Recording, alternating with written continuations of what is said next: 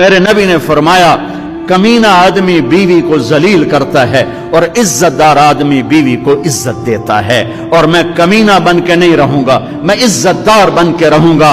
فرمایا تمہیں الفاظ سنا دیتا ہوں، یغلبن الکریم ویغلبہن اللئیم لأن اکون کریما مغلوبا احب الی من ان اکون لئیما غالبا۔